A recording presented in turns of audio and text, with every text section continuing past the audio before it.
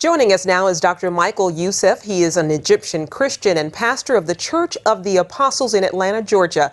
He posts daily blogs at the website michaelyoussef.com. Thanks for joining us, Pastor. Thank you, Charlene. Good to be with you. Now, there is a tendency to paint this in black and white, with Mubarak being the evil dictator and the protesters the freedom-loving Democrats. Is it more complicated an issue than that? It is far more complicated than you can imagine, because the whole idea of democracy in the Muslim world is a figment of the imagination of Condoleezza Rice and Hillary Clinton.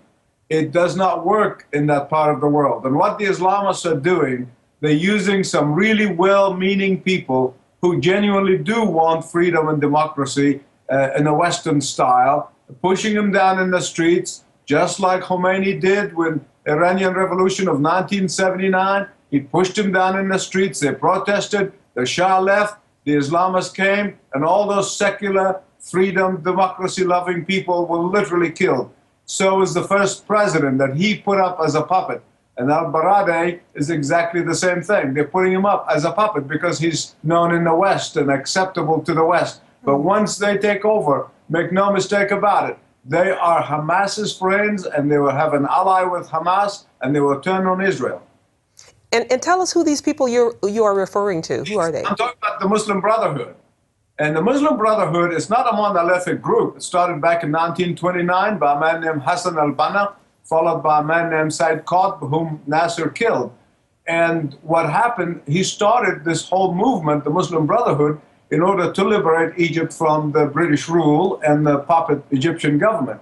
And they have been trying to get into power ever since. Nasser put them in prison, Sadat came in and took them out of prison, and then Mubarak tried to kind of walk a tightrope between putting some of them in prison, releasing them, allowing freedom of the press, not allowing. And what happened when he allowed the freedom of the press and democratic parties and different opposition parties, people wanted more. They could not be settled. But they had 6.5% economic growth last year in Egypt. But people, of course, when they have a taste for that economic prosperity, they want more and they demand more. And obviously the government just cannot do more given all the economic constraints of the country. Pastor, tell us what are some of the ramifications for the U.S. and Israel if the Muslim Brotherhood gain a position of power?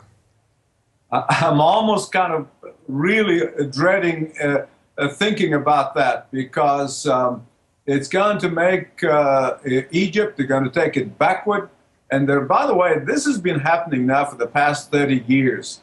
Islamic curriculum and Islamic schools are springing everywhere. I was preaching in Alexandria, Egypt, not long ago, actually a few months ago, and I noticed from the 20 years I've been absent that all of the Islamic symbols and dress have come back. People in the beaches with Islamic dress. Alexandria used to be a very modern Western city. And so this has been happening year after year. It's not new, but now it's reaching that crucial point. If the Muslim Brotherhood take over the reins of power in Egypt, God may have mercy on all of us, and the Christians, Israel, the West, and of course we're going to lose an incredible, powerful allies, and it'll be like a domino. The others are going to start falling, Jordan and all the other moderate states, secular states. Well, you did mention Christians, and Christians have been a part of Egypt for more than 1,500 years. What is at stake for the Christian community in the days ahead? Actually, the Christians have been in Egypt for 2,000 years. 2,000.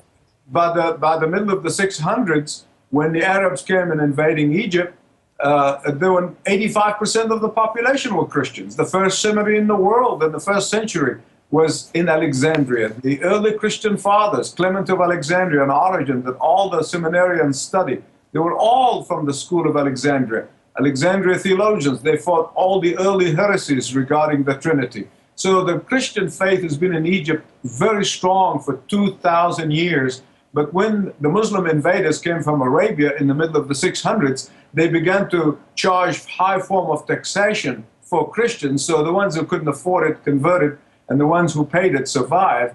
There are about 10 to 12 million Christians in Egypt today, but they will make life very difficult for them if they take over the powers. Wow, certainly a prayerful situation. Michael Youssef, thank you so much for joining us. We appreciate your insights. Thank you, Charlene.